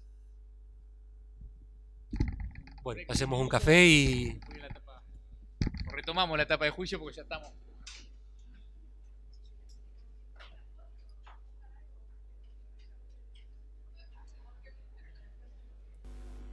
Bueno, retomamos. Antes de pasar la palabra a Adrián y que arranque como lo tenemos más o menos armado, que es con las distintas etapas, y ya en la etapa propiamente de juicio oral, me pareció interesante cerrar un poquito lo del particular damnificado, repasando algunas de las facultades que tiene. Al principio decía que la figura del particular damnificado fue creciendo, incluso tuvo algunas modificaciones el código que le fue dando más facultades, y está bueno repasar algunas de las que tiene, que las pueden observar en el código, algunas merecen alguna interpretación particular o ampliarla con la lectura de otras normas, pero básicamente el particular damnificado, básicamente no, porque la norma dice solo tendrá las siguientes facultades, y cuando uno después las lee ve que son realmente importantes y se maneja casi a la par que el fiscal. con excepción de ese supuesto al que se refirió Adrián más temprano, que habló de la posibilidad de celebrar un juicio abreviado, el fiscal con el imputado, sin que pueda oponer ninguna objeción en particular ramificado. En el resto del proceso, la participación a partir de que tomó intervención es muy relevante. Con esa otra limitación, cuando el fiscal no cree en el caso y no convoca siquiera la declaración de imputado, tampoco puede participar, pero en el resto tiene facultades muy similares. La primera es que puede pedir medidas cautelares. Esas medidas cautelares están estrictamente limitadas a de algún modo preservar la integridad del patrimonio del imputado para después, en su caso, poder hacer efectiva alguna indemnización vinculada a ese delito o incluso a las costas del mismo proceso. No tiene, esta sí es otra limitación que también ha tenido alguna discusión o debate jurisprudencial, no tiene sí la facultad de pedir medidas de coerción o de restricción personal de alguna manera del imputado. Alguna mínima sí, que es, estando el imputado en libertad, requerirle al juez de garantías alguna restricción de acercamiento, por ejemplo. Pero no más que eso. Medidas cautelares en términos económicos sí. Obviamente plantearle al fiscal impulsar todas las medidas o diligencias probatorias que sean conducentes a esclarecer el hecho, con las limitaciones que hablamos antes. Si el fiscal eventualmente no las produce o tiene fundamentos para rechazarlas, después cuando el fiscal cierra el sumario va a tener la posibilidad de pedirle al fiscal general la revisión de la razonabilidad de esa denegación de medidas de prueba en los mismos términos que lo hace el imputado. Puede asistir a todas las declaraciones de los testigos, participar activamente, hacer preguntas, y esto obviamente tendiente a obtener elementos de prueba que permitan esclarecer el hecho. Puede incluso también, con los alcances del artículo 334, y esto es muy relevante, requerir la elevación a juicio. Pero acá tenemos que tener en cuenta que ya en ese punto se observa que el particular damnificado tiene una presencia, si se quiere, accesoria o supletoria, porque mientras el fiscal ejerza la acción y requiera la elevación a juicio, el particular damnificado no va a tener intervención de ninguna manera. Ahora bien, si el fiscal, que es una de las facultades que tiene, porque tiene esa obligación de ser objetivo, que no es el mismo concepto de particular damnificado, si el fiscal eventualmente pide el sobreseimiento del imputado, va a ocurrir que el juez de garantías le va a correr una vista a un traslado al fiscal de cámara y el fiscal de cámara se va a tener que expedir. Si eventualmente le pide al fiscal que requiera la elevación a juicio, el fiscal se va a manejar de esa manera. Pero si el fiscal de cámara ratifica el sobreseimiento que pide el fiscal de instrucción, ahí el juez de garantías va a tener la obligación de correrle vista al particular damnificado para que tenga esa posibilidad de requerir la elevación a juicio, que es una de las facultades que enumera el código. Si la causa finalmente es elevada a juicio, ya cuando llegue a esa segunda etapa, que es la etapa a la que vamos ahora, el particular damnificado se va a manejar estrictamente como un querellante, con todas las reglas propias de esa figura. Y finalmente, bueno, además de la posibilidad de recusar en todos los mismos casos en que lo pueda hacer el imputado, y activar el procedimiento por los medios que crea conveniente, va a tener la posibilidad de recurrir en en los momentos y en las formas, en el mismo modo que lo hace, que el código lo prevé para el Ministerio Público Fiscal. Ahora sí, repasados estos conceptos, pasamos a la etapa de juicio. Bueno, brevemente, y siempre los invito a que si tienen alguna pregunta nos frenen y la hagan. Como ya vimos, pasada la etapa intermedia que se llama, donde el juez decide o no si eleva la causa a juicio, en todos los casos, si el delito está enmarcado dentro de los artículos 84 o 94, o sea, homicidio o lesiones culposas, siempre interviene un juzgado correccional. Que tienen, porque ninguno supera la pena de los 6 años como máximo, que es el límite de los, por lo menos en la provincia, ahora de los delitos correccionales. Una modificación ya de hace muchos años. Antes intervenían en los homicidios culposos, intervenían los tribunales, pero luego una modificación, que ya no recuerdo el año que fue, pero ya hace bastante, interviene siempre en delitos culposos los juzgados correccionales, unipersonales obviamente. Como dijimos, lo primero que hace el juez correccional una vez ingresada la causa es correr vista a las partes por 10 días a cada uno para que ofrezcan las pruebas. Luego, en esa primera audiencia del artículo 338, lo primero que se hace, y esto es lo más habitual, se utiliza también para ver si hay alguna salida alternativa al juicio oral y público, que es lo que el proceso establece como la forma de dirimir y llegar a una conclusión, ya sea sentencia condenatoria o absolución, en cualquier tipo de caso. Vedada que tenemos ahora la posibilidad de una suspensión de juicio prueba por la pena de inhabilitación inherente a cualquiera de los delitos culposos, la única posibilidad, y esto es lo primero que se trata en esa audiencia, más allá de la ratificación no de prueba, antes de pasarle la ratificación no de prueba y a solicitar todas las pruebas necesarias para un debate oral, es a ver si entre las partes hay una posibilidad de llegar a un juicio abreviado, de que el juez dictamine con lo que tiene solamente en el expediente escrito. Obviamente que para eso se necesita un acuerdo, y acá estaba lo que hablábamos hoy, entre defensor, imputado y fiscal. Esta es una de las cuestiones que ha quedado por ahí, en parte le pone un límite al particular damnificado. Algunos dicen que no sea una mera cuestión de seguir la causa por seguir la causa, o que no haya cuestiones de... Porque, como dijo, es justamente la persona ofendida. El fiscal tiene que tener una visión objetiva y no puede permitir tampoco que se continúe la causa solamente por cuestiones de... Algunos la pueden llamar de venganza o de querer hacer parte de justicia por cualquier medio, a cualquier precio. Pero bueno, es también en parte incongruente, decía, porque la ley le da la posibilidad. Una cuestión de subsistencia del sistema.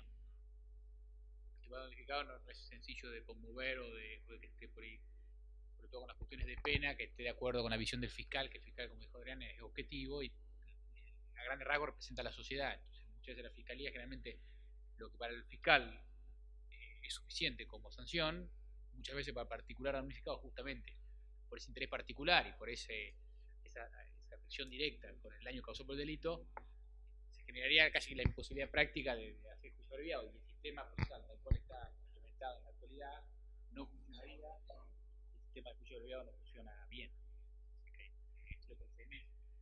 Esa incongruencia de la que habla Adrián y Franco tiene que ver con la cantidad de facultades que se le dan, y justo en ese momento no tiene participación. Pero mirado desde otro lado, es razonable, desde lo que yo comentaba hace un momento. Algunas de las facultades que tiene particular damnificado son casi de manera accesoria o supletoria.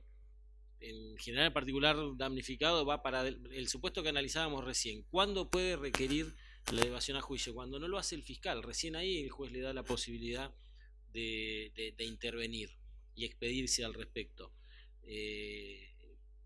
Y en la otra instancia también es el fiscal está celebrando un acuerdo, no está dejando de ejercer la acción pública, porque lo que hace en ese acuerdo es pactar con el defensor y con el imputado no ir a juicio oral y que el tribunal o el juez en este caso dicte una sentencia con las constancias que hay en la causa, pero no está dejando de ejercer la acción pública. Entonces, en ese caso, lo que el código prevé es que no la ejerzan doblemente, por un lado el particular unificado, por otro lado el fiscal. El fiscal es el que está legitimado, el que tiene la acción en sus manos, y desde esa perspectiva, mientras sigue adelante según su criterio, el particular unificado no tiene la posibilidad de opinar. Igual se me ocurre que esto tiene que ver con un choque de normas propio de una transición de sistemas. Veníamos hablando que el particular unificado tenía pocas facultades en el código procesal anterior, ahora de a poco se le van agregando y en algún momento vamos a pasar tal vez a un sistema distinto,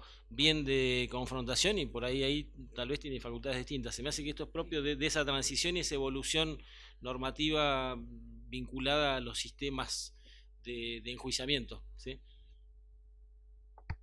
No, sí, efectivamente esto es un proceso porque años atrás el particular unificado no podía nunca sobrepasar por sobre la decisión del fiscal. O sea, si el fiscal decía que no, el particular unificado no tenía ningún tipo de intervención, ni podía siquiera. Yo llegaba a una etapa de hacer los alegatos de acusación y decía no tengo elementos de acusación, el particular unificado no podía decir nada.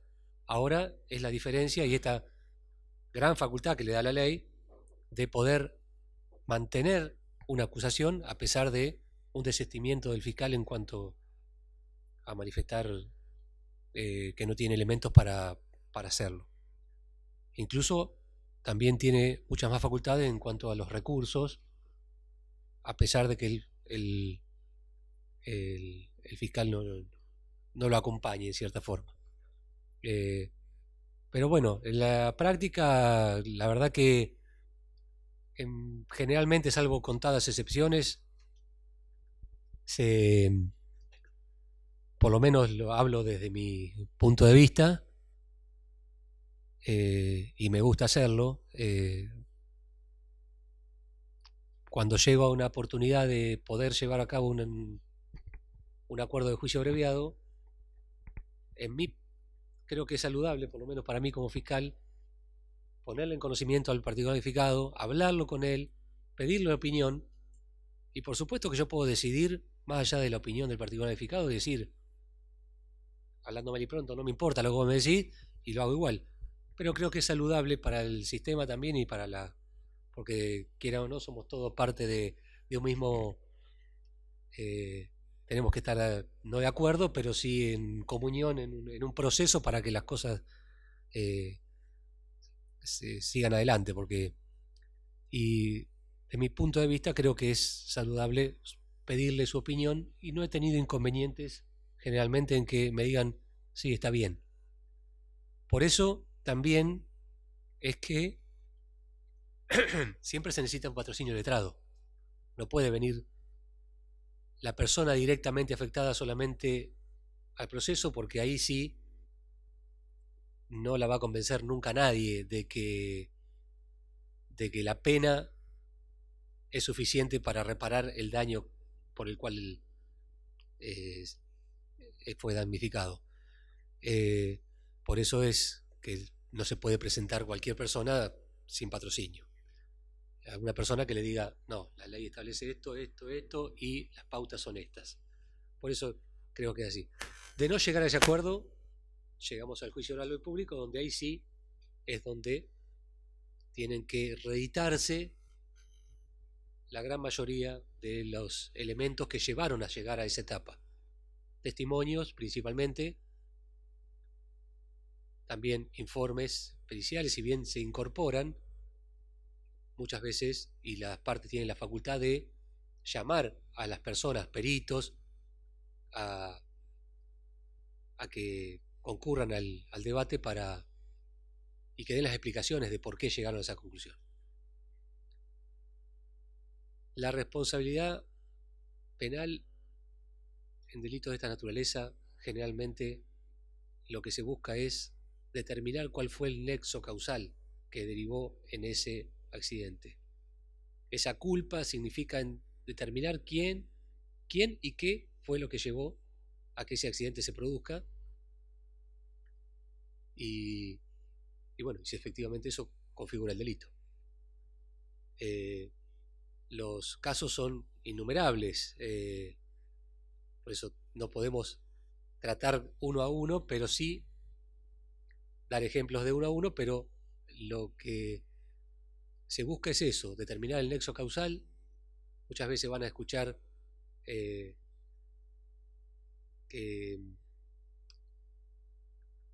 se determinó que fulano es culpable porque violó del deber objetivo de cuidado al realizar la conducta de tratar de, no sé, pasar la avenida sin a una velocidad excesiva a lo que le exigía o sin respetar la prioridad, si bien la prioridad de paso es absoluta para el que va por la derecha, como decíamos hoy, uno depende también por dónde circule, aunque ahora el Código de Tránsito no determina exactamente que la avenida, por ejemplo, para dar un ejemplo, tiene la prioridad.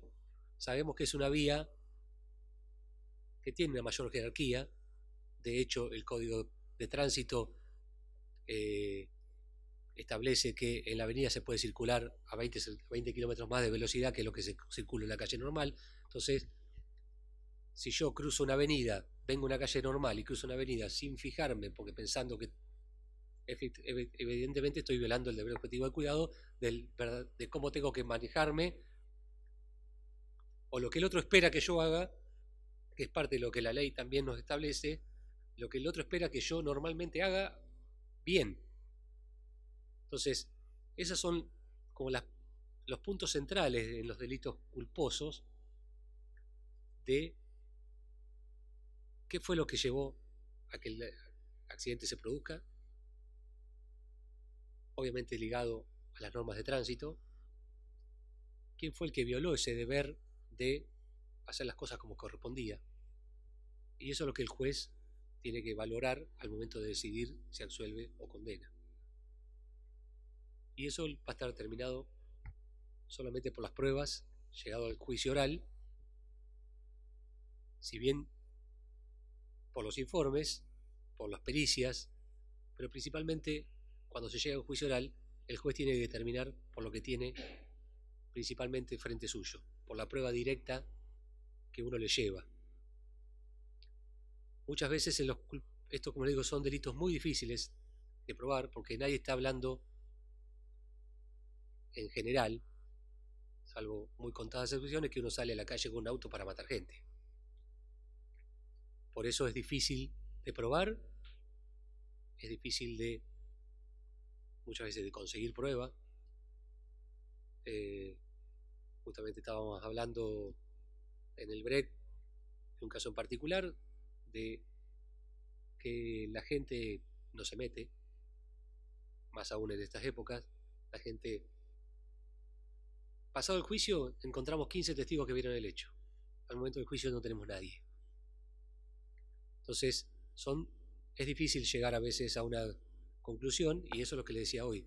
El juez no puede condenar si no tiene pruebas, o si tiene la mínima duda. La mínima duda exige la absolución. Y esa prueba, yo siempre, bueno, ya estoy medio grande, ya tengo unos cuantos años en esto, y lamentablemente,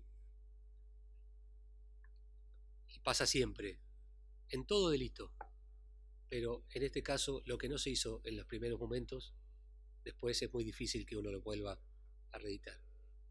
Si yo no encontré testigos del momento, si yo no hice las pruebas periciales en buena forma al momento de que ocurrieron los hechos, eso después es muy difícil de que, pasado el tiempo, y más como estamos ahora con juicios en estos casos que llevan a lo mejor un proceso de 3, 4, 5 años hasta que llegamos a un juicio oral, es muy difícil que podamos reeditar lo que no se hizo en las primeras horas, que son las fundamentales.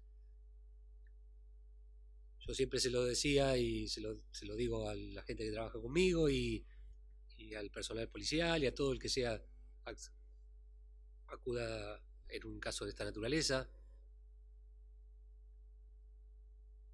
que muchas veces no le dan importancia. Y un caso de esta naturaleza se tiene que trabajar como si fuese el caso más importante de todos. A veces no hace falta tantos testigos porque la gente no colabora, pero la prueba pericial es lo fundamental.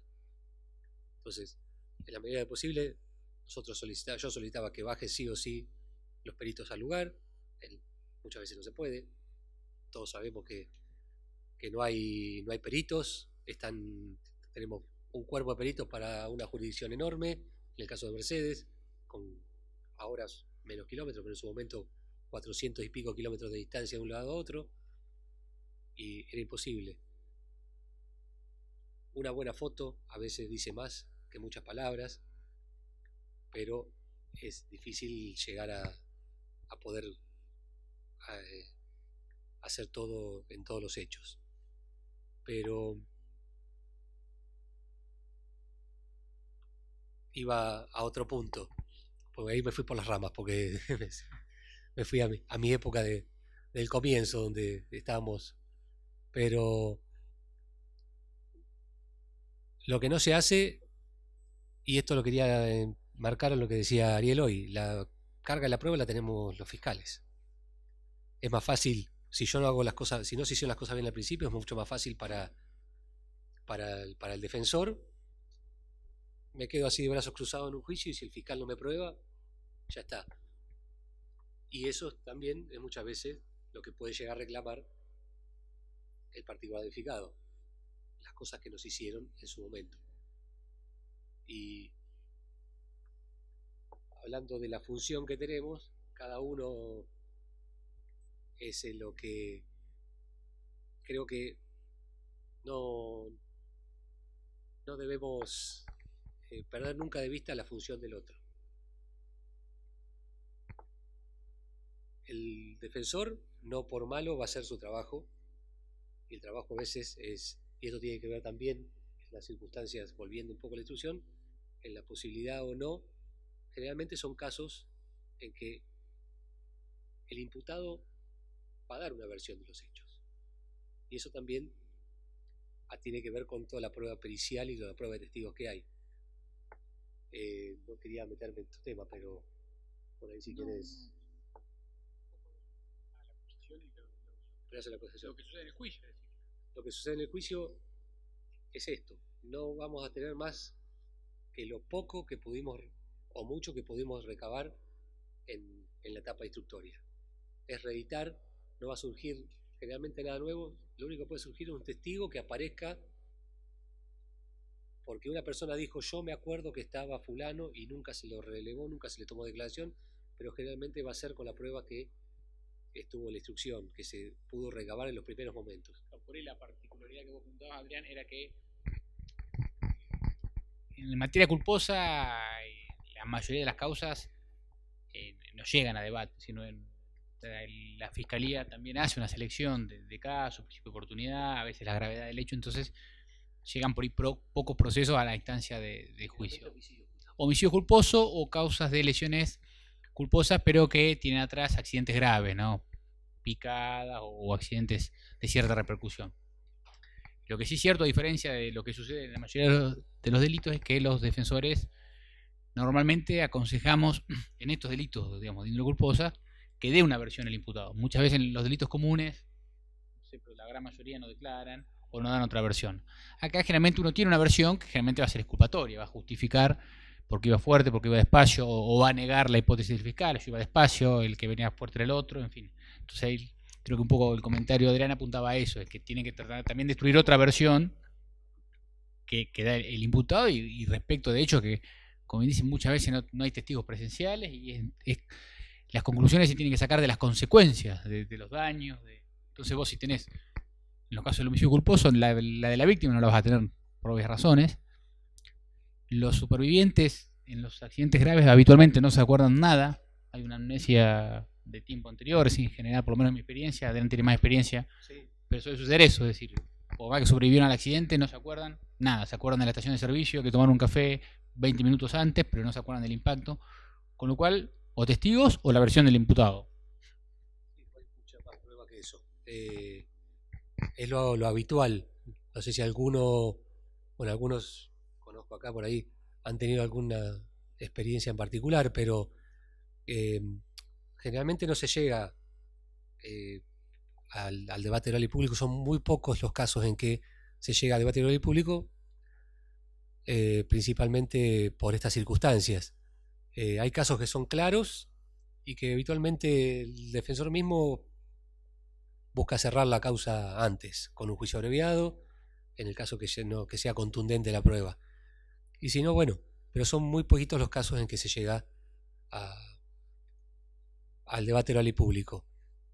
Generalmente porque, bueno, o porque no hay prueba, igualmente es una postura a veces común, por lo menos en este departamento judicial, que se remite la causa de debate para que se dilucide en un debate oral y público, y no hay un cierre anterior, aunque haya un pedido de sobreseimiento, sino que es muy cuestionado por la defensa la postura de la mayoría de los jueces de garantía, de si no hay una certeza negativa de que los hechos ocurrieron de esa forma, se lleva a debate oral.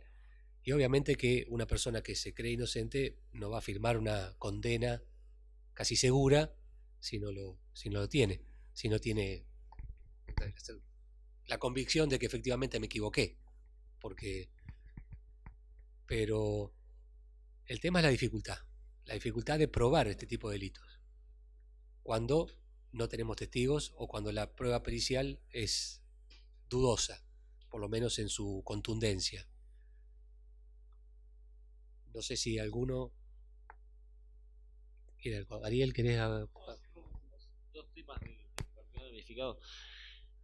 Para el particular damnificado, la segunda etapa del proceso tiene una actuación similar a la del resto. La segunda etapa, cuando la causa ya está elevada a juicio, llega en este caso al juzgado correccional, hay muy poquitos pasos procesales. Es la etapa en la que un juez finalmente va a decir si una persona si existió un delito y si una persona es culpable o es inocente, y si es culpable, cuál es la pena que le corresponde. Previo a eso, cuando está la causa elevada a juicio, hay 2 o 3 pasos procesales. A veces los juicios orales se fijan para un tiempo muy largo y a veces pareciera que la causa no tiene trabajo. La verdad es que no tiene mucho para hacer. Lo primero que se notifica a todas las partes es la radicación en el juzgado correccional. Las partes tienen un plazo para manifestar si tienen alguna causal de recusación respecto de ese juez. También en la misma citación a juicio, el particular damnificado en este caso tiene que informarle mediante un escrito al juez cuáles son las pruebas que va a utilizar en el juicio oral. ¿Y por qué tiene que hacer esto? Si la prueba ya se produjo en la instrucción, ya tenemos una causa, ya sabemos de qué se trata. Esto es porque el proceso penal está establecido en nuestra provincia para una definición en un debate oral. Entonces, si vamos al debate oral a repetir todo lo que dice la investigación penal preparatoria, estamos haciendo prácticamente teatro leído. Entonces, en esa oportunidad, el artículo 338, cuando le decimos al juez qué pruebas vamos a utilizar, le estamos diciendo qué es lo que vamos a reeditar o reproducir en el juicio oral. Eso es común a las 3 partes. Lo va a hacer primero el fiscal, después el particular damnificado, después lo va a hacer el defensor. Y finalmente se va a fijar una fecha de juicio oral para que pase esto que decía recién, que un juez diga si hay un delito y si hay un culpable y cuál es la pena. Sí, te escucho.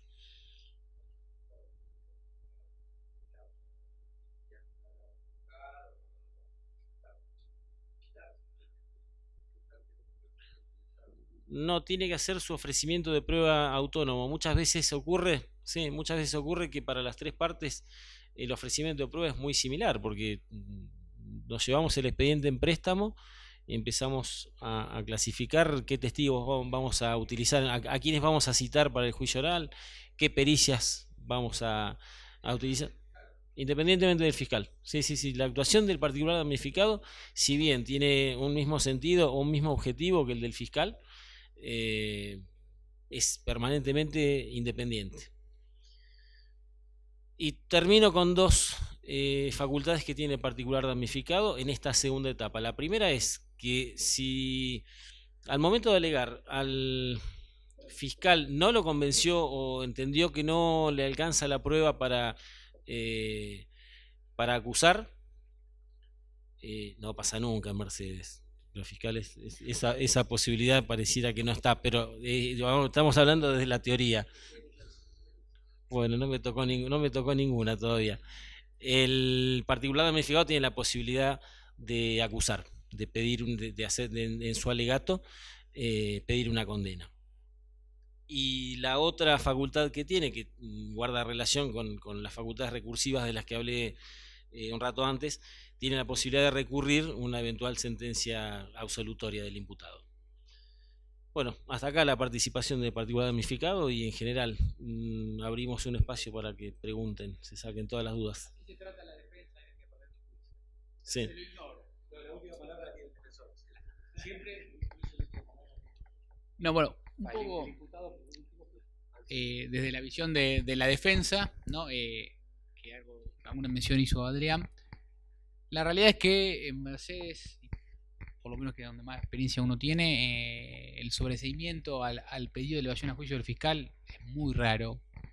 Tiene un criterio bastante particular, no restrictivo de la certeza negativa, y como el sobreseimiento cierra irrevocablemente el proceso, los jueces en general, los jueces de garantía dicen, bueno, tengo alguna mínima duda, que se eleve a juicio, se discute en una etapa de juicio y después se verá.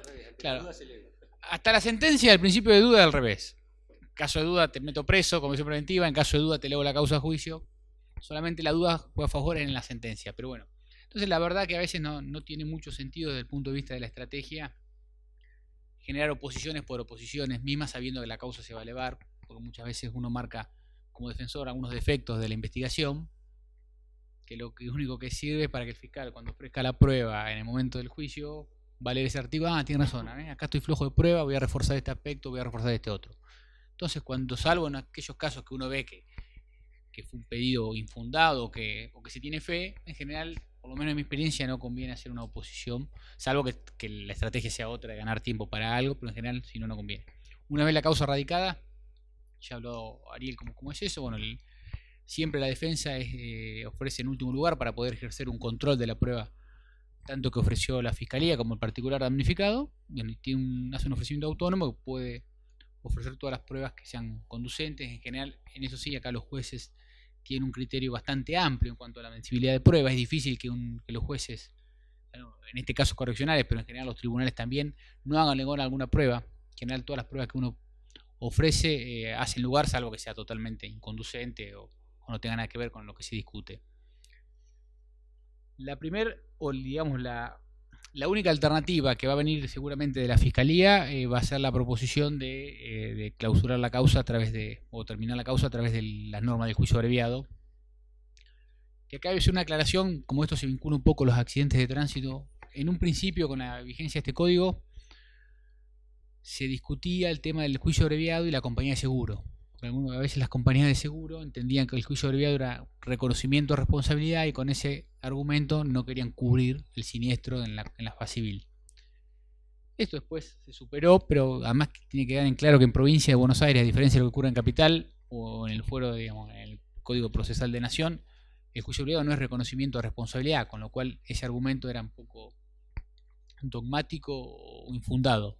Es decir, ahora el hecho de que uno le aconseje a su cliente la firma de un juicio abreviado no le genera ningún tipo de responsabilidad o lo puede afectar en cuanto a la validez o la vigencia de la póliza. Si a veces están esos temores, yo digo, el juicio abreviado es simplemente renunciar al juicio oral. Pero el juicio abreviado no es una condena segura, ni mucho menos. Acá en provincia de Buenos Aires, vuelvo a repetir, no suele suceder, pero hay casos que sí, que la estrategia del defensor es abreviar apostando una absolución, porque ve que la causa, como digo, en caso de duda se eleva la causa a juicio. Pero para condenar, esa duda, como dijimos recién, juega a favor. Y el juez que va a tener que resolver un acuerdo de las partes para abreviar, va a tener que dictar sentencia, es decir, va a tener que tener la certeza positiva de que el hecho sucedió y que el imputado es el autor.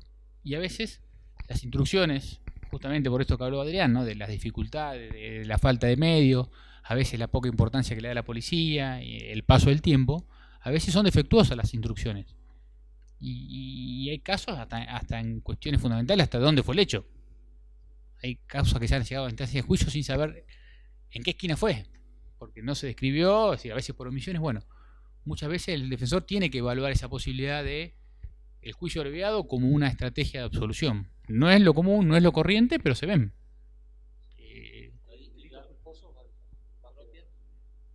Y serán 7, 8. No, yo tengo más. O sea, yo tengo mucha causa de Luján. No quiero decir nada. Instrucciones de Luján. No, pero bueno, no es lo común, pero suele suceder y a veces hay que analizarlo, ¿no? Después otras las opciones como defensor que dijo Adrián es el tema también del grado de compromiso que tenga el cliente. Es decir, tenemos que ser realistas que normalmente en un juicio oral la pena va a ser superior a la que ofrezca el fiscal en el abreviado. Creo que el defensor que conoce la causa sabe también las posibilidades con las que cuenta, ¿no? Todo juicio implica un riesgo, mayor o menor en función de las pruebas que haya, pero muchas veces llevar al cliente a juicio es un suicidio desde el punto de vista procesal, porque las pericias son contundentes, los testigos son varios y concordantes, es decir, normalmente la versión que viene desde la instrucción en mayor o menor medida se reedita en un debate. Entonces, si el grado por ahí de negligencia o imprudencia del cliente ya queda de manifiesto en la etapa de instrucción con elevación a juicio, en ese caso uno tiene que, como asesor legal de su cliente, es decir, decirle las cosas como son y explicarle, este es el consejo para que la saques lo menos caro posible o lo más barato posible, además de lo que implica para toda persona. Normalmente la gente que se ve involucrada en este tipo de procesos es gente de trabajo, no son gente que se dedica a delinquir ni nada. Cualquiera está expuesto a que suceda un accidente de tránsito, que es lo que aquí estamos discutiendo, y desde el punto de vista que nunca se habla esto de emocional para una persona estar en un proceso, en un juicio oral, les puedo asegurar que no es sencillo. Uno lo ve hablándolo con los clientes, el grado de angustia que genera estar ahí en el banquillo de los acusados, que la fiscalía relate el hecho, que la fiscalía acuse.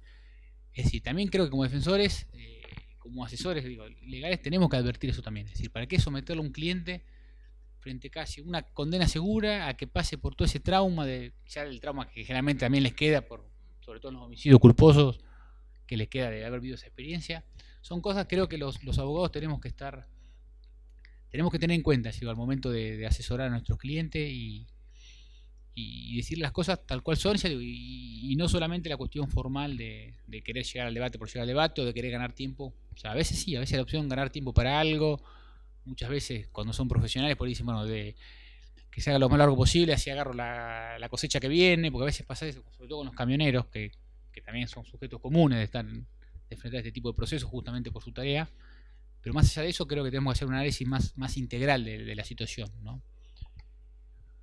Otro instituto que ayer lo hablábamos, que nos reunimos un rato a conversar para preparar esta charla, que se utiliza poco, pero las pocas veces que se utiliza en este tipo de proceso es el concepto de pena natural. No sé si lo tienen presente de qué se trata. Bueno, en este tipo de hechos es en los pocos en que quizás se puede hacer valer, ¿no?, como argumento en relación a la sanción, porque bueno, muchas veces los accidentes encierran circunstancias dolorosas, doblemente dolorosas, es decir, ¿no?, que haya lesiones y que a veces las personas lesionadas sean amigos o parientes muy cercanos del imputado. Entonces, en esos casos, con esa creación doctrinaria y receptada jurisprudencialmente el concepto de pena natural, muchas veces uno reduce la sanción que se le puede imponer, no a un imputado.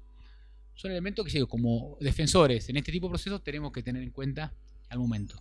Y vuelvo sobre lo mismo, también un muy buen manejo, como para ir cerrando desde el punto de vista de la defensa, ¿no?, un buen manejo de la teoría de la imputación objetiva, ¿no?, manejar bien los conceptos de principio de confianza, provisión de regreso, la elevación del riesgo no permitido. Es decir, son cuestiones que realmente acá los jueces las tienen en cuenta, y un buen manejo de esa teoría frente a un caso donde se dé la aplicación de esa teoría, da resultados de absoluciones en casos que por ahí prima facie o por la teoría habitual de la relación de causalidad parecerían que estarían perdidos, ¿no? Esos son los breves consejos que uno le puede dar en su experiencia como defensor en este tipo de casos, ¿no? Justo solamente compartirles dos ejemplos que me han tocado a mí como fiscal, incluso que ni siquiera llegar a recepcionar una declaración a la persona que evidentemente era imputada de ese delito, de ese accidente. Recuerdo un caso concreto en Mechitas, en Mechita, llegando a Bragado, una chica joven que iba manejando su auto con su padre al lado, y condiciones climáticas por ahí no adversas, y realmente ella tuvo una maniobra desafortunada y termina muriendo el padre. Obviamente que esa causa fue archivada casi inmediatamente, incluso porque había un reclamo de toda la familia que esa causa no continuara. Si yo hubiese ido a las cuestiones objetivas, realmente era una causa para imputarle porque la maniobra había sido de ella, pero justamente el fallecido había sido su propio padre. Creo que eso es, si bien no fue una absolución por pena natural, pero fue la aplicación del concepto en archivar la causa inmediatamente. Y otro caso fue un grupo de amigos que salían de Norberto La Riestra, y realmente también una maniobra desafortunada por parte del conductor al querer pasar una camioneta. Se van a la banquina, vuelcan, y no solo fallecen los 3 amigos, él es el único que no fallece, pero queda cuadripléjico, un chico de 18 años. Obviamente que esa causa tampoco continuó y fue archivada. Es parte del concepto de pena natural que también se puede implementar en estos casos cuando no hay un reclamo por parte de otra persona como damnificado un reclamo directo, porque justamente el reclamo era de que la causa no continúe.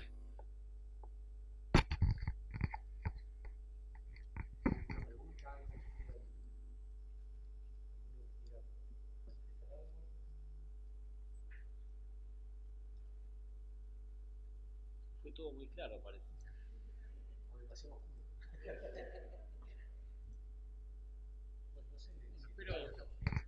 De mi parte, gracias por escuchar y disculpas por algunas desprolijidades de coordinación. Estaba previsto la presencia del doctor Petiti, que tuvo un inconveniente, no pudo llegar, y él es un poco el que iba a moderar, entonces estuvimos medio descoordinados, pero gracias.